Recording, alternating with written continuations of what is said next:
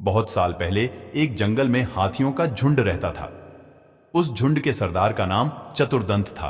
वो बहुत विशाल, पराक्रमी, गंभीर और समझदार था। सब उसके संरक्षण में सुखी थे।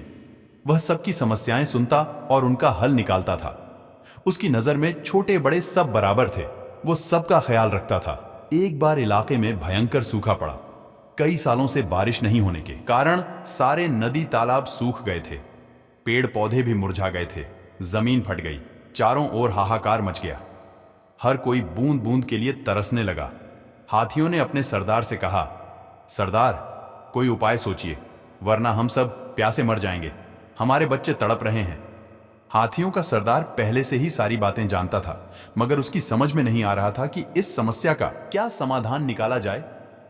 सोचते सोचते उसे बचपन की एक बात याद आई और सरदार चतुर्दंत ने कहा, मुझे ऐसा याद आता है कि मेरे दादाजी कहते थे, यहां से पूर्व दिशा में एक तालाब है जिसका पानी कभी नहीं सूखता।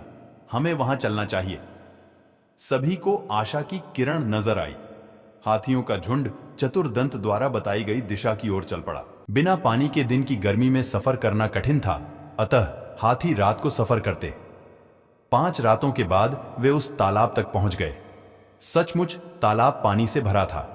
सारे हाथियों ने खूब पानी पिया और जी भरकर तालाब में डुबकियां लगाईं। उसी इलाके में खरगोशों की भी घनी आबादी थी। हाथियों के आ जाने से उनकी शामत आ गई। ढेर सारे खरगोश हाथियों के पैरों तले दब गए। उनके बिल भी हाथियों ने रौंद दिए। खरगोशों के बीच हाहाकार मच गया। जिंदा बचे हुए खरगोशों ने एक सभा बुलाई। एक खरगोश बोला, हमें यहां से भागना चाहिए। एक तेज स्वभाव वाला खरगोश भागने के हक में नहीं था। उसने कहा, हमें अक्ल से काम लेना चाहिए। हाथी अंधविश्वासी होते हैं। हम उन्हें कहेंगे कि हम चंद्रवंशी हैं।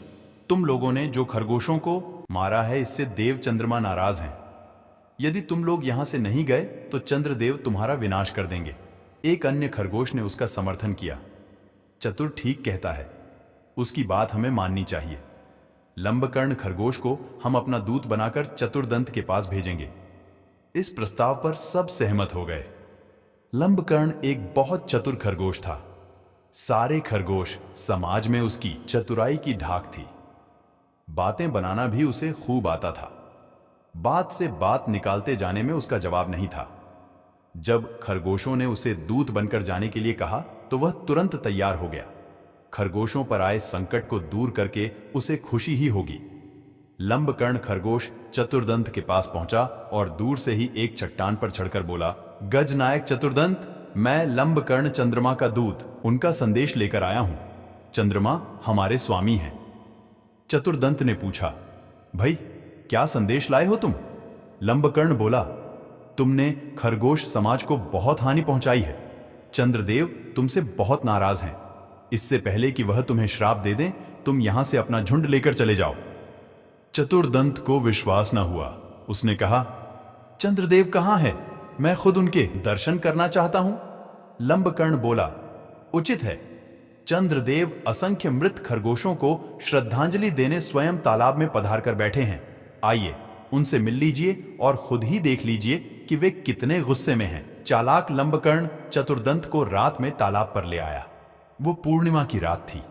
तालाब में चंद्रमा की परछाई दिख रही थी।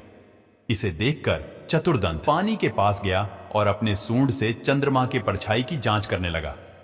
सूंड पानी के निकट पहुंचने पर सूंड से निकली हवा से पानी में हलचल हुई और चंद्रमा का प्रतिबिंब कई हिस्सों में बंट गया और विकृत हो गया।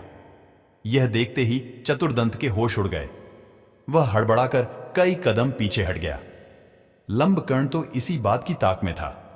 वह चीखा, देखा, आपको देखते ही चंद्रदेव कितने रुष्ट हो गए। वह क्रोध से कांप रहे हैं और गुस्से से फट रहे हैं।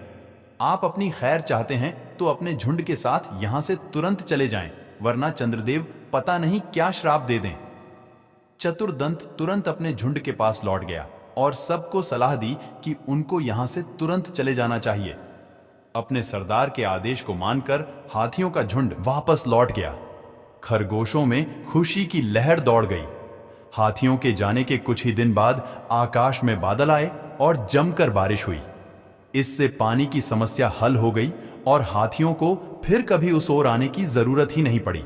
सीख, बुद्धिमानी से काम लेकर अपने से ताकतवर दुश्मन को भी मात दी जा सकती है।